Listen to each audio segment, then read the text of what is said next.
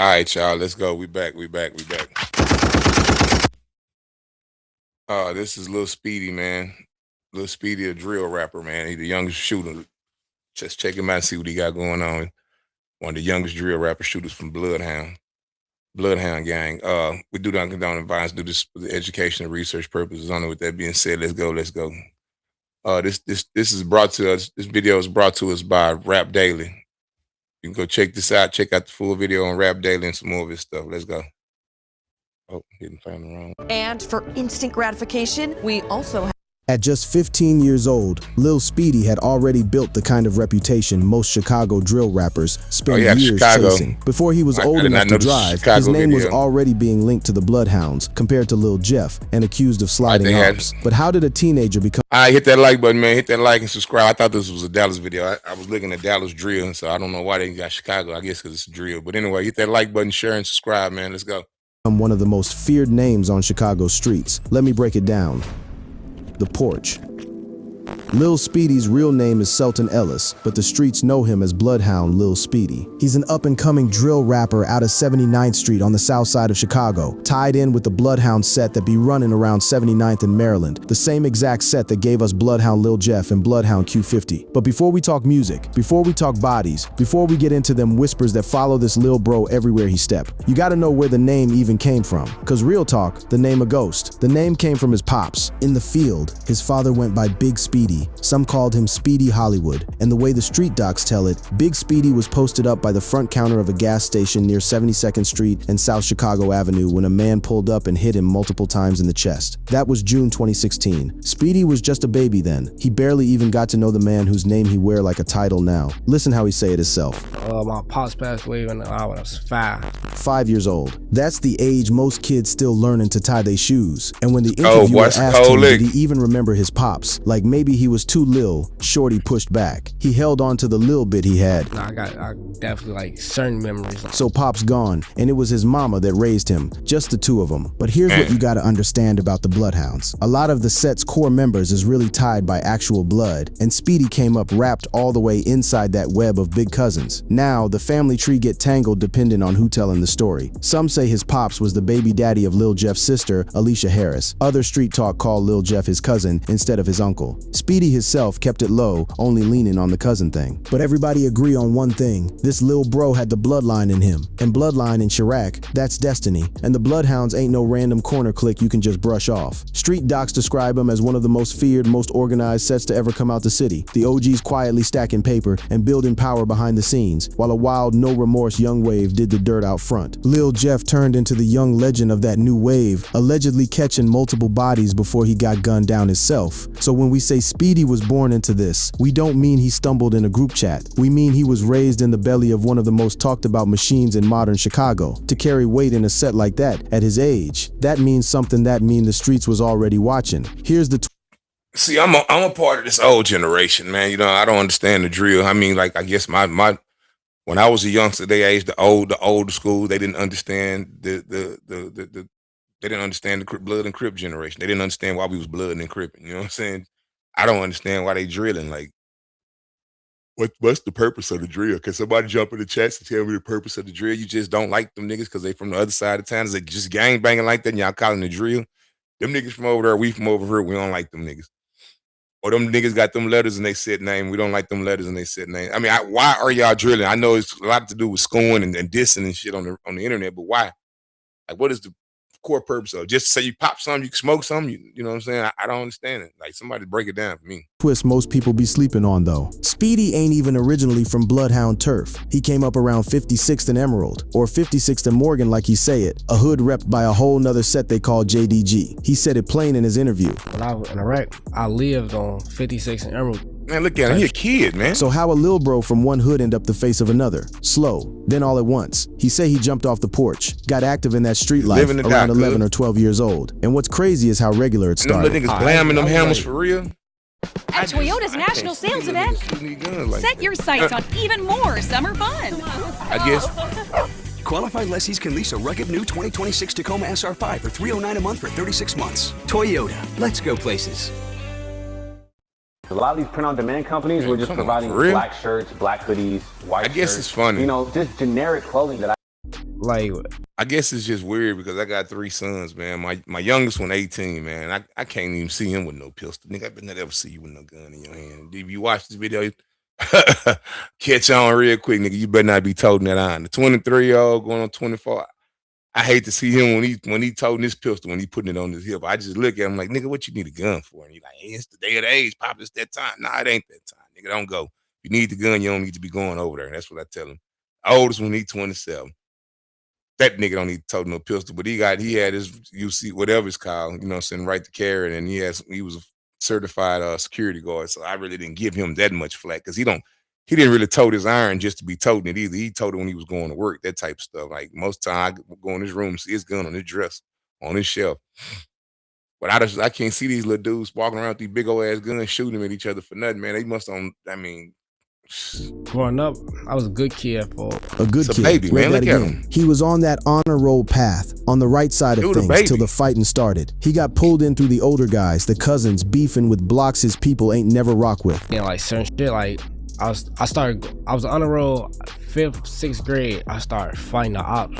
Grades slipped, suspensions came, then the expulsion that wasn't really a expulsion. They told him it was for safety reasons, that he couldn't come back right now because he was pulling up to school with no book bag, just a scrap. Nowadays, he say he's still high school age and do his classes online, and that's exactly why can't nobody pin his real age down. He hide it on purpose, but a gang of 2025 and 2026 docs put him as a young teenager, and the most consistent guess is a 2011 birth year, which make him around 14 when he first started making a name, and about 15 during the moments we bout to get into. That youth is the whole story. That's why they call him the youngest Bloodhound driller. Now hold that picture, a 14-year-old already in the field, and drop this on top of it. Summer of 2024, Bloodhound Lil Jeff got shot and killed. So here's the thing, man. I was gang banging at 14, but we wasn't out here riding. At 14, I wasn't riding around popping nothing yet. I was squabbling. We was just doing little squabbles.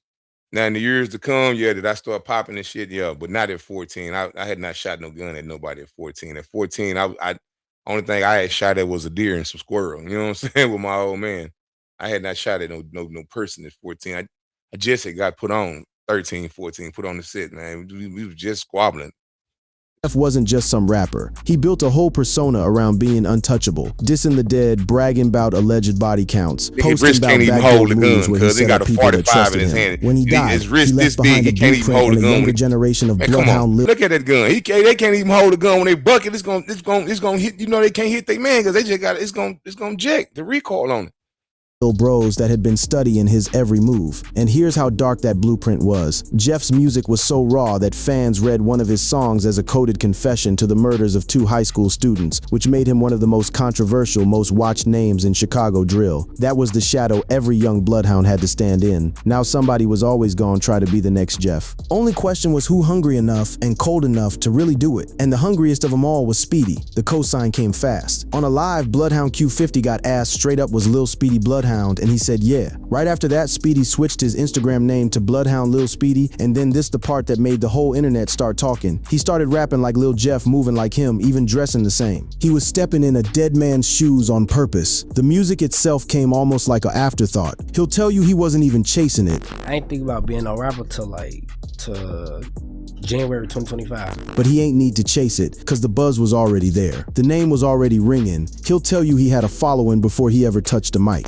My name was already buzzing. Like my shit was like, before I even dropped the song, showed a trailer of us on anything, I had like 50K followers on Instagram. So the older Bloodhound artist pushed him in the booth, and his official music career kicked off March 23rd, 2025 with the debut single How I Get, a song that pulled somewhere between 700,000 and over 950,000 views on YouTube. And the very first day, the streets and the studio collided in the most on-brand way you could think of.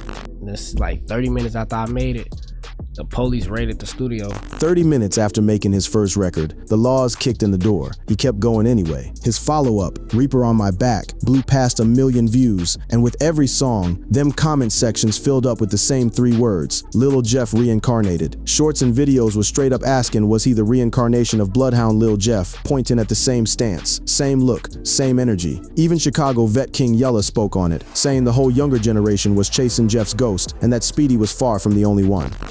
They want to be shorty, man. They want to be, they follow the brain dead. You follow the dead. Hey man, this fool look clownish. I don't care. Tag him. Tell him what I said, man. King Yellow look like a straight up clown, man. I be listening to him and watching him, man. Man, why you got all that shit all over your face? Man, you niggas is retarded, man. I don't know what's wrong with these fools, man. And you gonna be dead. And Speedy, at first he thought the comparison was funny. Then it started to eat at him. Hey man, down here in Texas, we ain't scared of them tattoos. Tattoos ain't never murk nothing down here, man. That ain't never putting it in the ground. You got all them tattoos on your face, man. You just easy to spot, so I know who I'm getting at. You know what I'm saying? When I catch you in public, you can't blend in, nigga. I see you with all that mess on you, all them scribbling crayons on your face. That don't look It's funny, but like now that shit getting irritating. So I'm myself. He blamed the crowd he ran with Y'all and watch real this real talk the quick. I way gotta he take looked. this call, man. I'm light skinned with dreads. But here's the truth that comparison was hiding. The reason his name really started ringing wasn't the flow, wasn't the dreads. It was something way darker, something that happened behind a closed. Imagine being able to build anything just by thinking about it. Meet Base 44, a complete AI creation platform made for anyone with an idea and a drive to bring it to life. Describe what you want and watch it take shape. You can plan, customize, and expand in any direction. From tools built for one to platforms ready for many. From passion projects to enterprise-grade systems. Everything is built in and ready to launch. It's a new world of creation, where you can go as far as your imagination takes you. Can you imagine it? Let's make your dream a reality, right now.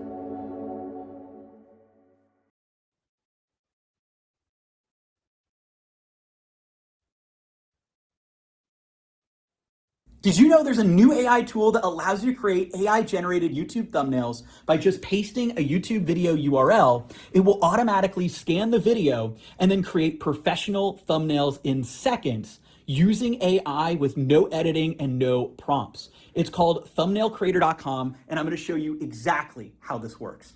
So you're going to go to thumbnailcreator.com and then go ahead and click start a free trial, which will give you multiple of these thumbnails for free. And we're going to use the video to thumbnail feature, which allows you just to paste a YouTube URL and it will automatically create the thumbnails for you. So we're going to take this video that I made, which is a tutorial on how to set up a Zoom waiting room video. And we're going to go ahead and copy that URL and paste it right here into thumbnailcreator.com. Now we're just gonna go ahead and click continue, and you can add your face model. Now I actually already trained a face model. You can see you can add the faces over here, but you can also upload your own reference images as well. Then you can go ahead and click continue, choose how many thumbnails you want. We're gonna go ahead and do all 10. You can add your own custom instructions, and you can even add your brand colors as well, and then click generate thumbnails. Now what it's gonna do is analyze the video and create the thumbnails for you. Door to a little bro that trusted him, and that's where this story turned. The back door. I had to answer the phone. To get why Lil Speedy went infamous instead of just famous, you gotta understand one ugly word that run the modern Chicago streets, backdooring. It means setting up and betraying somebody that's supposed to be close to you, a homie, a relative, even a partner, usually to get them robbed or killed for money, status, or just clout. It ain't new, but Bloodhound Lil Jeff made it a key part of his public persona and pushed the whole trend to a new level. And the streets say Speedy took that same trend even darker and ended up with two nicknames that's gon' follow him forever, King Backdoor and King Snake. But it started, like a lot of these tragedies do, with a friendship. There was a rapper named Fully Chop, tied in with the PGF side around 59th and Paulina. And here's what damn near nobody remember now. Speedy and Fully Chop used to be cool. Fully Chop himself said on camera that they used to hang together, be in music videos together, that they knew each other and met through school and mutual people. Speedy said the same, that the fallout never even really fell apart. Everybody just separated and started doing their own thing. But that's the polite version. The street version is a war, and the war got a start date. In September 2024, Fully Chop posted on social media that he took somebody's gun, saying he wasn't no snake, but he did it because the other person tried to backdoor him first, and the person in question was allegedly Kisu. What came next played out damn near all the way on the timeline. Queso posting over and over about getting betrayed, while Fully Chop and his mans Anthony fired back and bragged about having the gun. Anthony posting straight up, on my dead grandma, little boy, we took your gun again. Here go the thing, man. Where is these kids getting this heat from? These kids, where they getting that iron from? When I was that age, did we have heat like that? No, we didn't have heat like that. We had revolvers, maybe a 9 here or there at 14, 15. We had ARs and chopsticks and all that type of stuff now. And how we was getting them, yeah, we was stealing them from little girls' mom, little girls' daddy. Like I go in there and knock her down, my homeboy go in there, leave the door and lock my homeboy, go in there and steal a daddy guns or something like that. But we didn't have plenty. They got multiple. They got a bunch of heat. These little niggas do. They ain't old enough to buy it.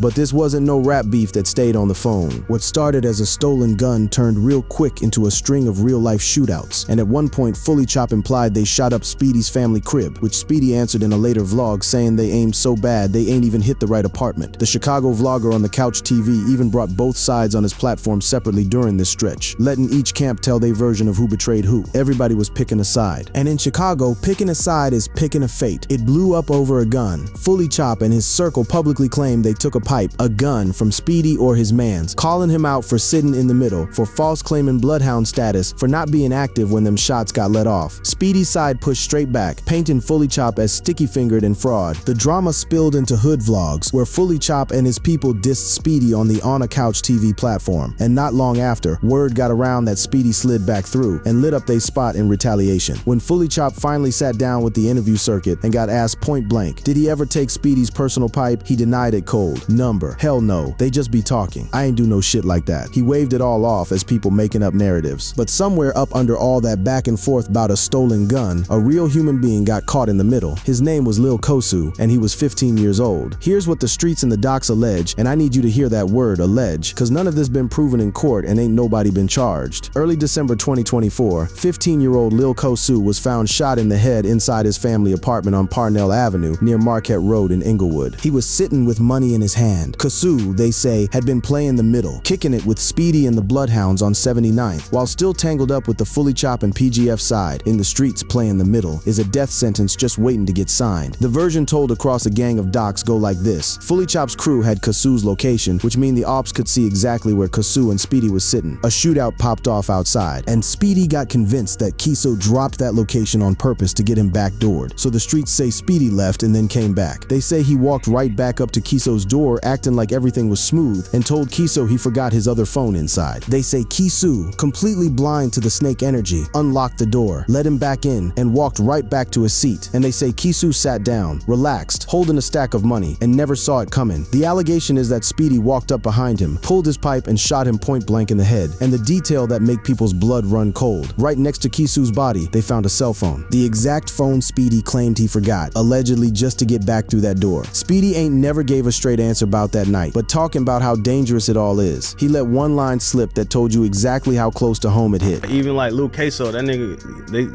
Hey, would you like your very own Hey, Shopify store? Man. We're literally and completely free, by the way.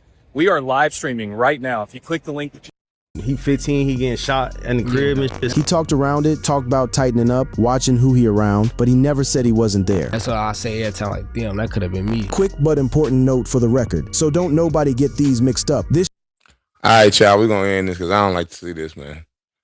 This is Rap Daily, man. Y'all can go check the rest of that over there on Rap Daily, man.